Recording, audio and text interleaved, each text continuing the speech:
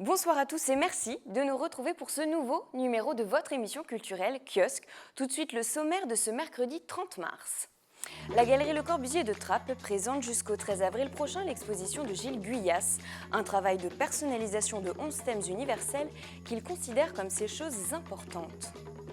Jacques de Givry, président de l'Association des Amis du Grand Parc de Versailles, est en plateau pour nous parler du projet de Marly disparue. Il nous présentera les nombreuses gouaches de Thierry Bosquet, présentées au musée Lambinet de Versailles jusqu'au 10 avril.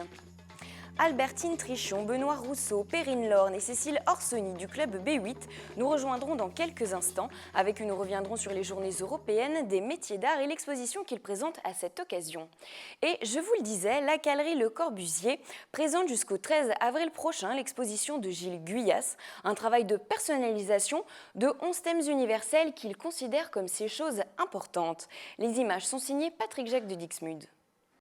L'humilité, le courage, l'amour, le don, la transmission ou encore l'erreur humaine, des valeurs, des idées, des concepts, mais surtout des choses importantes pour Gilles Guyas. Plasticien depuis 30 ans, l'artiste présente à la Galerie Le Corbusier 11 thèmes à caractère universel. Une envie déclenchée suite à son exposition Mythes en abîme, présentée en 2013 à la Commanderie des Templiers d'Elancourt. Gilles travaillait sur les mythologies contemporaines et les mythologies antiques. Et je crois que dans les mythes, dans ces systèmes, dans ces structures symboliques, il y a des choses qu'on retrouve de manière universelle partout. Et les thèmes qu'il développe ici sont issus, je pense, de ce qu'il a pu apprendre dans les mythes. Pour rendre compte de ces concepts, Gilles Guyas personnalise l'universel. Pour l'illustrer, l'artiste travaille sur 3 formats différents. Il dessine d'abord sur petit format au crayon de couleur et pastel pour pouvoir imager sa pensée n'importe où. Et après, une fois qu'il rentre à l'atelier, il fait des travaux un peu plus grands, en format raisin, 50-70 à l'acrylique, où il commence à mettre en scène de manière un peu plus structurée les petits dessins. Et après, il fait des grandes peintures qui fait d'abord un dessin au fusain, et ensuite il met des couches d'acrylique qu'il superpose dessus. Et à un moment donné, quand la peinture lui paraît incarnée, qu'elle est présente, puisqu'il s'agit de personnages, donc comme si ces personnages étaient en face de lui, eh bien, il les arrête. L'artiste dévoile une position personnelle sur 11 sujets humains et propose un questionnement à celui qui regarde. Pour Gilles Guyas, une œuvre plastique, au-delà de déclencher une émotion, doit provoquer la réflexion. Et une annonce musicale tout de suite. Samedi 2 avril, 20h30, la salle Jacques Brel de Montigny-le-Bretonneux vous offre un concert spécial où voix et chansons sont les maîtres mots. Au programme Igit et son timbre rocailleux et Ben Mazuet avec son flow saccadé, on écoute. Chut, regarde, tout est si parfait autour de toi, le silence danse. Ma solitude, ma chère et tendre amie, que tant d'autres fuient. Ma solitude, toi mon incomprise, ma tendre promise. Ma solitude, ma chère et tendre amie, que tant d'autres fuient. Ma solitude. Je ne palierai pas l'absence, c'est tout le bien que je me souhaite. De rappeler ton élégance, de faire tout pour que ça reste. Je ne palierai pas l'absence, c'est tout le bien que je me souhaite. De rappeler ton élégance aux gens, de faire tout pour que ça reste vivant.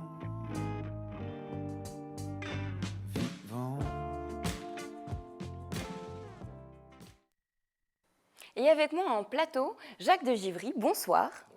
Vous êtes le président de l'Association des Amis du Grand Parc de Versailles et vous venez aujourd'hui nous parler du projet que vous avez monté autour de Marly disparue qui fait en ce moment l'objet d'une exposition au musée Lambinet de Versailles. Un mot peut-être pour revenir sur cette initiative. Pourquoi avoir souhaité monter ce projet ? C'est une initiative qui vient d'une expérience préalable, c'est celle d'une exposition sur la vie dans le Grand Parc au temps de Louis XIV. Et l'artiste qui avait fait ces œuvres a bien été inspiré de faire la suite, c'est-à-dire Marly. Alors l'artiste en question, c'est Thierry Bosquet. Il s'agit d'un ensemble de gouaches pour cette exposition réalisée par Thierry Bosquet. Un mot peut-être de présentation? Alors, Thierry Bosquet est un peintre belge. C'est un jeune homme qui aura 80 ans l'année prochaine, qui a produit près de 300 gouaches sur l'ensemble château de Versailles disparu, Grand Parc disparu et Marly disparu. Donc, à Lambinet, on va avoir 50 gouaches, on a 50 gouaches d'exposés sur justement cette disparition d'un parc extraordinaire.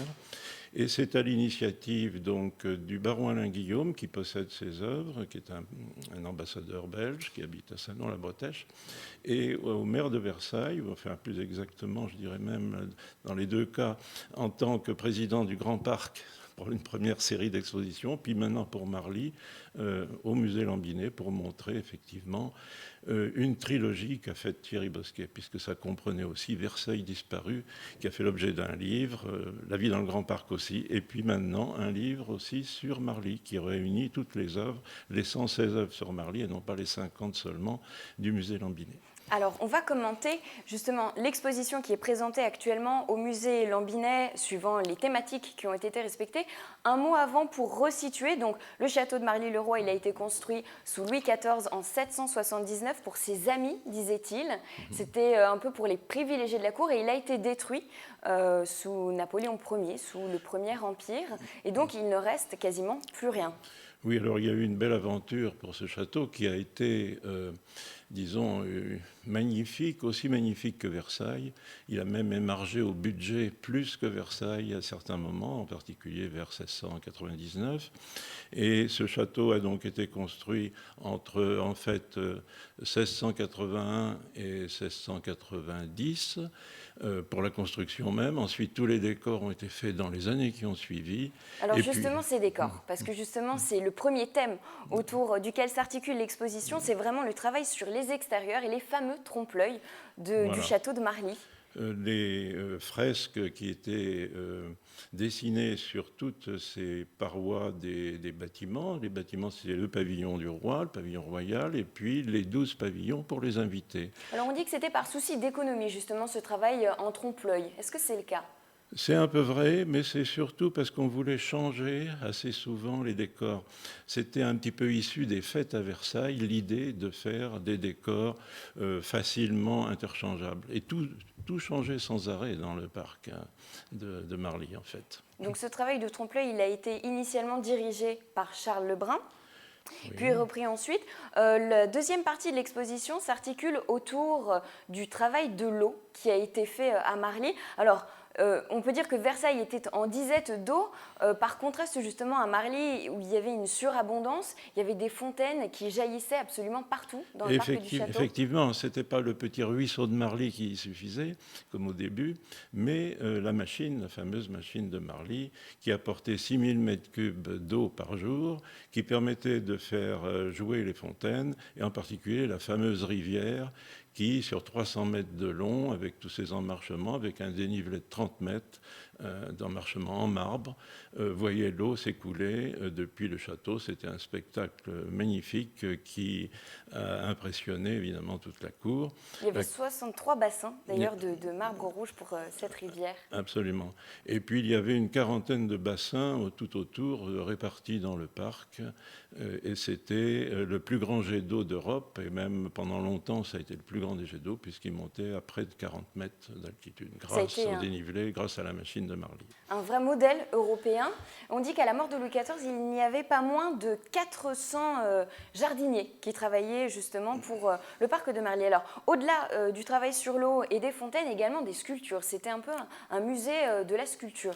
C'était un musée qui possédait une quarantaine d'antiques, c'est-à-dire des statues ou des groupes qui étaient venus de Rome, enfin qui avaient été pris là-bas, achetés bien entendu. Ensuite, il y a eu des plombs, et il y a eu des bronzes, et puis la troisième mode, ça a été de revenir à quelque chose de plus moderne, des marbres sculptés par Coisevot, par Coustou, etc., dont les fameux chevaux de Marly, qui ont remplacé deux groupes sculptés qui étaient de Coisevot et qui se trouvent maintenant place de la Concorde, côté Tuileries. Il y a les grands groupes équestres de Coisevot et de l'autre côté, il y a les chevaux cabrés de Coustou. Et bon nombre d'autres sculptures peuvent être admirées au Louvre.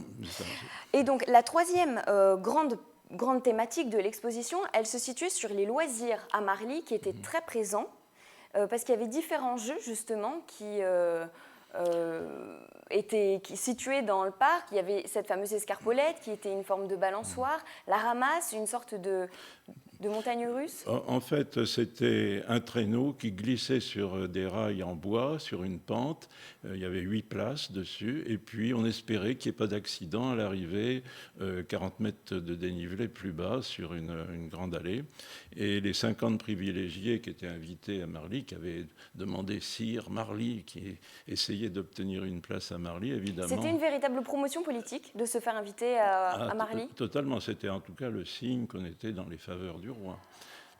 Donc il fallait y être invité et y être vu surtout. Donc cette exposition, elle court au musée Lambinet jusqu'au 10 avril. Est-ce que derrière, on peut imaginer quelques perspectives justement de cette volonté de faire revivre Marly-le-Roi ? Eh bien, le travail de Thierry Bosquet donne envie de refaire dans le parc de Marly, de faire revivre un petit peu cette vision. Par différents moyens modernes, on peut arriver à montrer ce qu'était Marly de différentes façons dans le parc, peut-être par des constructions, peut-être aussi par des visions plus multimédia que l'on peut imaginer. Merci Jacques de Givry d'être venu en plateau et de nous avoir présenté cette très belle exposition que vous pouvez retrouver au musée Lambinet de Versailles jusqu'au 10 avril prochain. Et tout de suite, une autre information, une comédie musicale. 40 jeunes de 17 à 24 ans de l'association Mante la Jeunesse présentent la création d'une comédie musicale, Le Dérangile, 2h30 de spectacle. Un spectacle original et dérangeant qui allie la foi chrétienne avec les rythmes et les expressions les plus contemporains. 4 représentations sont programmées dans le 78, le dimanche 3 avril, 16h30 au Chesnay, en l'église Notre-Dame de la Résurrection, 2 à Mantes les 16 et 17 avril prochains et une dernière, ce sera dimanche 8 mai à Rambouillet. Tout de suite, une autre exposition. Il s'agit de celle de Nuances de Noir, présentée jusqu'au 24 avril prochain à la galerie à l'Écu de France de Viroflay. 122 œuvres combinent le travail autour des variations de matière et de lumière de la couleur noire. Image signée Patrick Jacques de Dixmude. Dès qu'on est peintre ou sculpteur, on joue beaucoup avec les matériaux. Donc, il y a toujours des effets. Louis-Thomas Dost, artiste viroflésien, propose 9 sculptures en marbre pour l'exposition Nuances de Noir. Une exposition autour des variations de matière, de jeux de lumière ou de mouvement de toutes les nuances de noir. L'idée, elle est née suite à 2 expositions qui ont eu lieu autour du blanc. Et donc, il a été question effectivement de travailler autour du noir, autour de cette exposition, et à présenter une multitude de nuances en jouant notamment avec un certain nombre de techniques et de matières différentes. 9 artistes ont été sélectionnés pour l'exposition, 122 œuvres au total qui allient travail autour de la gravure, du fusain, du marbre, du papier, de l'ardoise ou encore des plastiques et du bitume. L'idée, c'est vraiment de mettre la lumière sur le noir, montrer que la lumière est complètement transformée par le noir et par les différentes matières. Et donc, du coup, voilà, de découvrir le mystère du noir, l'élégance, la subtilité et sa luminosité. L'exposition Nuances de Noir est présentée à la galerie de l'Écu de France de Viroflay jusqu'au 24 avril prochain. Et on reste à nouveau dans l'univers des expositions. Cette fois-ci, c'est la galerie du Mousseau d'Elancourt qui présente jusqu'au 24 avril l'exposition d'Hideko Miyata. L'artiste travaille des sculptures en pierre et en papier. Les sculptures en papier venant habiller l'espace vertical laissé vierge par les sculptures en pierre. Une proposition pour mettre en perspective la solidité de la pierre par opposition à l'éphémérité du papier, mais toujours cette correspondance dans le travail des vides et des pleins et de toutes ses aspérités. Hideko appelle ce travail papyrus sculpte. Elle les dénomme, enfin la technique, elle dénomme ça papier sculpté. Et effectivement, on voit bien que ce n'est pas un collage. On pense, bien sûr, on voit le découpage, mais on finit par ne plus voir le découpage, tant effectivement le papier paraît sculpté et abordé finalement comme un élément utile à une troisième dimension. Il y a 20 ans, premier mon exposition personnelle, c'est-à-dire je peux remplir au sol, mais le mur c'est vide. Ce moment-là, j'ai réalisé de cette sorte de travail sur le papier. Et viennent de me rejoindre en plateau Albertine Trichon, Benoît Rousseau, Cécile Orsoni et Péril Lorme du club B8. Bonsoir à vous quatre. Bonsoir. Benoît, peut-être un mot justement pour nous présenter ce club B8 ? Alors le club B8, oui, c'est une association qui a 7 ans et qui se situe maintenant, qui a pour objet de mettre en commun des espaces pour les artistes essentiellement, mais aussi pour des artisans d'art et puis d'autres professions. Et voilà, on est sur l'aérodrome de Saint-Cyr à l'entrée. Dans un hangar qui a été réhabilité ? Voilà, dans un hangar qui est réhabilité. Et par ailleurs, bon, on ne va pas y rester très longtemps puisqu'il y a des projets immobiliers dessus, donc j'en profite pour lancer un appel. Si par hasard vous avez des hangars, là on est à peu près dans 500 mètres carrés, on est une quinzaine d'artistes à partager le lieu. Et voilà, on va profiter de ces journées européennes des métiers d'art pour montrer les savoir-faire qui sont à l'intérieur de l'atelier. Alors justement, la transition est toute trouvée. Donc à l'occasion de cette 10e édition des Journées européennes des métiers d'art, vous présentez une exposition que vous avez nommée La plus grave. Cécile, peut-être un mot pour resituer. Que sont ces Journées européennes des métiers d'art ? Alors, les Journées européennes des métiers d'art, c'est des journées qui présentent un petit peu tous les métiers d'art, la gravure, la reliure, enfin, etc. Nous, on est plasticiens, et donc là, on organise une expo de gravure. Voilà. On veut montrer un petit peu toutes les étapes de la gravure, comment on va creuser la plaque, comment on va ancrer, comment on va imprimer, etc. Et je pense que c'est important aujourd'hui de parler des métiers d'art et de montrer ce que sont les métiers d'art, parce que c'est vraiment un travail qui est lent, etc. Bon, voilà, ça se Alors, pose avant un peu d'en dire plus sur la gravure, on va revenir sur le thème de cette exposition que vous avez intitulée La plus grave. Alors, pourquoi ce thème ? La plus grave, c'est à la fois un jeu de mots entre la gravité, le poids et la légèreté, qui va être un peu le thème de l'installation globale. Et donc, il y a cette opposition entre grave, léger, etc. Puis ça peut faire aussi référence au mot anglais grave, peut-être quelque part, puisque la gravure est à moitié morte. Mais la plus grave, c'est aussi directement lié à la gravure, tout simplement. Donc vous allez être 4 artistes graveurs à participer à cette exposition, notamment vous, donc Albertine Trichon. Comment est-ce que vous allez prendre part à ces réalisations ? Alors, moi, je suis artiste peintre déjà, et ce qui m'a intéressée, c'est justement de découvrir une nouvelle technique. Donc, pour l'occasion, je me suis mise à la gravure grâce à l'invitation de Cécile Orsoni. Et donc, on va tous les 4, avec différentes techniques, donc techniques de taille douce, qui sont la gravure sur zinc, cuivre, et la gravure, la taille d'épargne, ce qu'on appelle la taille d'épargne, c'est-à-dire gravure sur bois, linogravure. Moi, personnellement, je ferai la linogravure. Nous allons procéder devant donc, aux visiteurs à des impressions de cette... Donc ce sera en temps réel. Vous allez vraiment graver sur bois, sur cuivre, sur zinc, sur lino, en temps réel, devant les gens, vraiment pour montrer, illustrer le processus de fabrication de la gravure. Oui, tout à fait. Alors, et il y aura de toute façon une exposition de nos œuvres de plasticiens et de graveurs déjà en parallèle. En parallèle. D'accord. Voilà. Benoît, est-ce qu'on peut parler de performance ? Je sais que ce mot vous contrarie. Non, ça ne me contrarie pas. Non, le fait de travailler en public, ce n'est pas une performance en soi. Mais peut-être que samedi soir, si vous venez au vernissage, effectivement, peut-être qu'on aura l'occasion d'essayer une performance avec Perrine Lorme, qui est à côté de moi. Alors justement, comment est-ce que va se matérialiser cette performance ? Donc vous êtes écrivain, Perrine, et vous allez travailler justement par rapport au support, à ce que eux vont réaliser. Voilà, c'est ça. En fait, ce qui m'intéresse beaucoup, c'est le silence et les bruits. La gravure, c'est un monde de silence et aussi un monde de bruit. Ce qui m'intéresse, c'est essayer de rendre, je dirais, le champ du monde qu'ils sont en train de créer Pour rendre ça plus palpable, l'intérêt en fait de cette performance. C'est un regard, enfin, ce que j'écris à partir de leur œuvre, c'est un regard.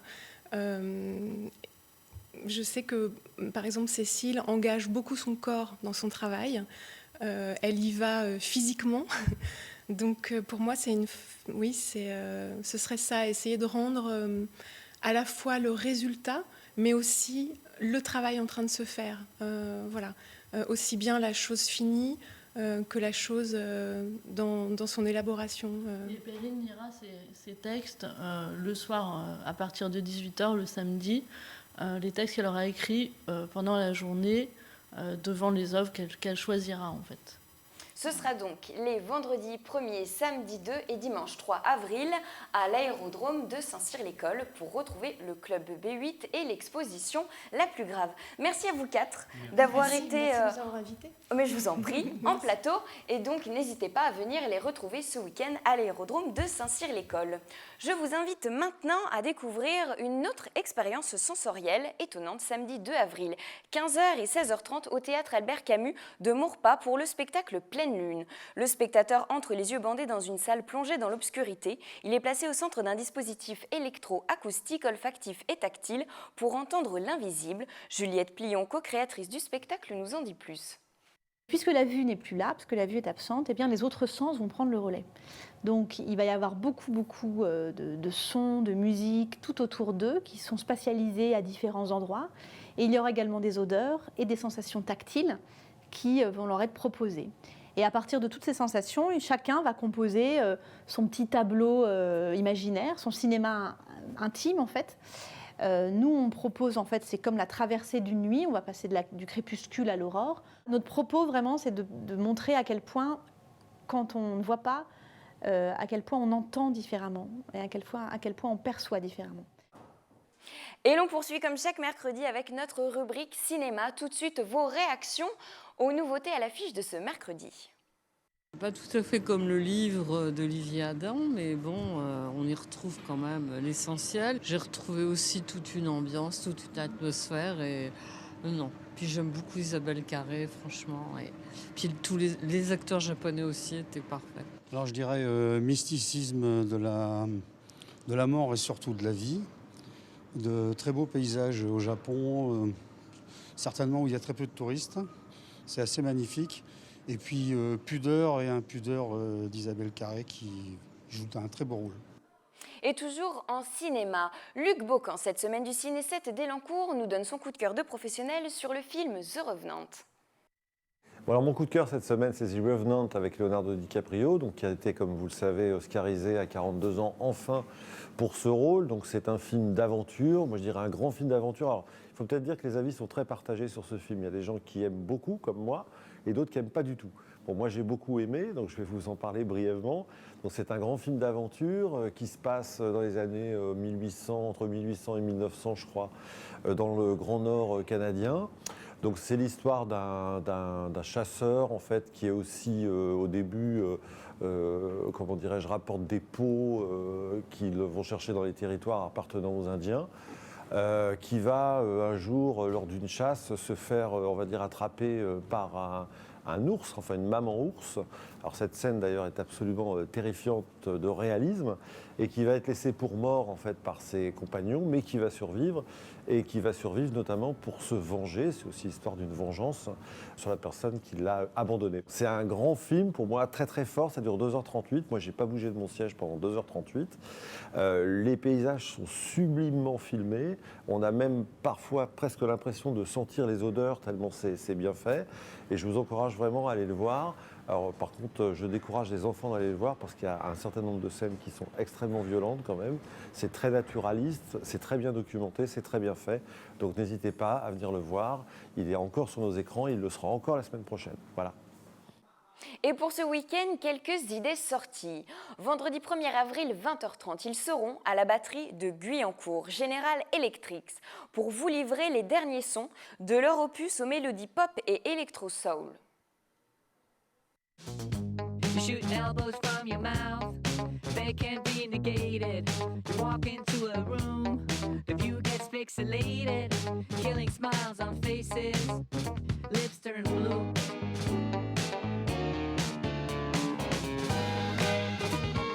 Angle boogie. Angle boogie. Et pour fêter la 59e année du groupe théâtral Unioniste, ils créent leur 54e spectacle Le Mandat. Il est question d'amour, de pouvoir et de politique en 1924 à Moscou. Représentation les vendredis 1er et 8 avril 21h, samedi 2 et 9 avril 21h toujours, et dimanche 3 et 10 avril à 15h à la salle du Noyer de Ségonzac 14 de Viroflay. Et enfin, mardi et mercredi soir, 5 et 6 avril, 20h30, au théâtre de Saint-Quentin en Yvelines, retrouvez Pierre Rigal dans le spectacle Érection. Érection est l'histoire absurde et tragique de l'évolution de l'homme. À partir de la position couchée, Pierre Rigal cherche lentement mais sûrement à se mettre debout dans les limites de son environnement. Et c'est la fin de ce kiosque, votre émission culturelle à voir et à revoir sur notre site internet. On se quitte avec de la danse sur un extrait du spectacle justement de Pierre Rigal, Érection. Je vous souhaite une très bonne soirée.